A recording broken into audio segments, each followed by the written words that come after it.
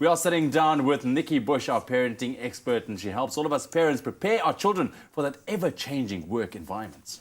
A little bit earlier, we spoke about the ever-changing landscape of the work environment, and we're continuing that very interesting and rather unnerving conversation with our regular creative parenting expert, Nikki Bush. I feel like I'm standing on the edge of a precipice about to launch in, and worse yet, I've got my little one with me as I do it. They are entering into a brave new world. Just to set the tone, how different are children now, young children who are going to be entering the job market in maybe a decade and a half, 2 decades time from now, how different is their working world going to be to what it is today? It's going to be hugely different, Graham, because 60 to 70% of the jobs they will do not yet exist.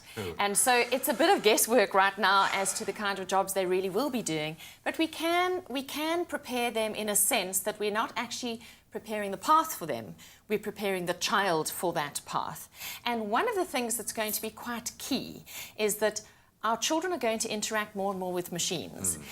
Even your modern engineer, your modern actuary is going to be involved in deep learning of machines and the algorithms that make machines do what they do. And so any kind of programming, any software programming, so some of the rising industries, and actually if viewers want to get hold of my book, Future Proof Your Child, it is amazing. The whole inside section, the middle section, deals with rising industries. And we need to look at what those rising industries are. So right now there's a massive shortage of software developers, a massive shortage of people who can deal with cyber security. We're going to be living in a smart world where every body and every object will be connected via sensors. Even organic matter is now connecting to technology in your that plants way, can ask for water now. They can SMS you and say, I'm thirsty. Hey, I'm thirsty. And we crying use, face, crying emoji. We use AI, artificial intelligence, every day. Hey Siri, hey Google. You know, that's just kind of automatic for us.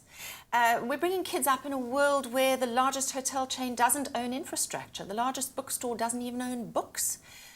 You know, it's like a very different kind of place. It's rather terrifying from the perspective of not only are we relying on technology and machines to do for us, we're also allowing them to think for us as well. What does this say about our child's mental development? Are they going to be stunted because they're giving some of that over to the cloud, to AI, or does it involve an evolution in the terms of the way that they think? It does involve this evolution, because we need to be learning or teaching children to not just find information, but to manipulate it and do something interesting with it. They're the ones who actually need to teach machines how to do what they want the machines to do.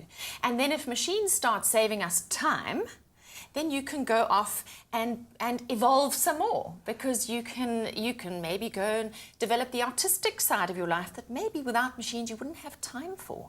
So I think that maybe the upshot, the positive upshot, is we might actually be able to go deep into that mindfulness space. I love that. And speaking of which, let's speak directly now to young people entering the job market now, which is also changing on a daily basis. What you studied 4 or 5 years ago might not actually be what you want to focus on now, because the landscape has changed so much. What advice do you have for people entering into the job market, young people specifically? It's such an exciting time. We need to be very optimistic, because there are lots of new jobs opening up. Maybe things that are of more interest to people than ever before, because lots of niches are starting to open up. So if you are going to be looking at medicine now, it's just so much wider. Anything to do with neuro, anything to do with personalized anything.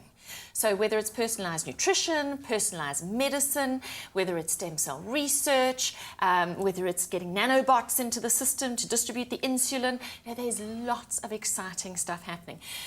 Big thing is to make sure that you have a flexible mindset, that you can take what you know and adapt it to what is changing, because then you will stay in the job market. You can't say, I don't do that. I wasn't trained for this. I'm not specialized in that, And keep learning. You have to be committed to your own talent development journey continuously. You cannot stop and get off that bicycle. Otherwise, you'll lose your place. I think I need to invite you in for our final frontier space discussion next time around, because it really is a brave new world. And I think the advice that you've given today, it applies to all of us, not just fresh young minds. Absolutely. It's about keeping the mind fresh and young. So hopefully that's inspired you for this incredible brave new world that we are entering into, and left those fears behind. It is an opportunity for you to create the future that you want for yourself.